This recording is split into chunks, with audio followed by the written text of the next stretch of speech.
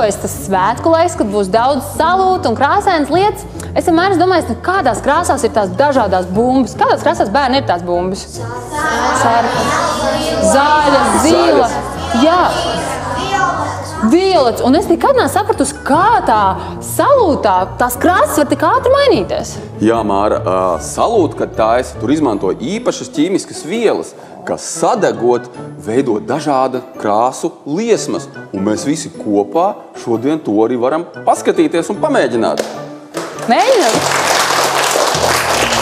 Ķeramies klāt. Drošība mums ir pirmajā vietā.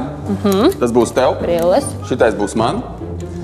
Sāksim mūsu eksperimentu. Paņemsim sākumā parastu metālisku plātni un paņemsim dažādus šķidrumus. Šeit mums ir veikalā nopērkams skudru spirts. Tur skudra dzīvo iekšā. Šeit mums ir šķidrums, arī spirts, kas ir kopā ar boru. Bora sāļiem, ja jūs gribat zināt vēl precīzāk. Un šeit mums ir spirta šķidrums kopā ar stronciju. Kaut kas ļoti stiprs tas ir, jā? Un tagad paņemsim visu šo šķidrumus, pa bišķiņam uzliesim uz paplātes. Bišķiņu parastu spirtu uzliesim. Bišķim uzliesim spirtu ar boru, vienā otrā stūrītī. Un mazliet uzliesim spirtu ar stronciju. Tagad dedzināsim klāt. Noslēdzam gaismas. Paņemam uguntiņu. Šeit mums bija parasta zila liesma. Šeit mums redziet zaļa. Un šeit redziet sarkana mazliet. Dzeltena. Wow. Dažādām ķīmiskām vielām ir dažādas īpašības, un mēs viņus varam izmantot savā labā. Nu, kā jums patika? Jā. Vai jūs esat gatavi lielākam eksperimentam? Ķeramies klāt. Un šoreiz mēs paņemsim kaut ko patiešām nopietni.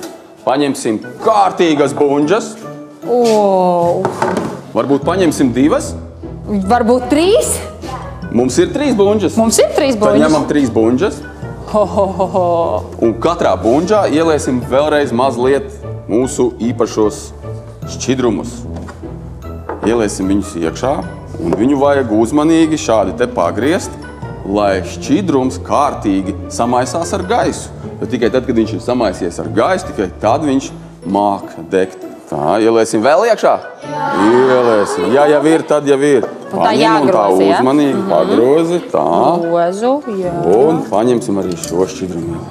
Esat gatavi? Jā! Noslēdzam gaismas. Skatāties, redzat?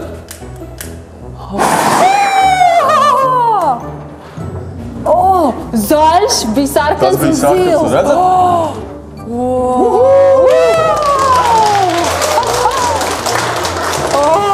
Tas tik bija ko vērts.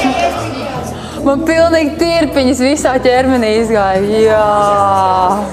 Tā arī notiek salūti un uguņošanas, pieejaucot vielām dažādus ķīmiskus elementus, viņus veidot dažādas krāsas. Bet šo mājās labāk nedariet, tikai speciālistu klātbūtnē. Jā.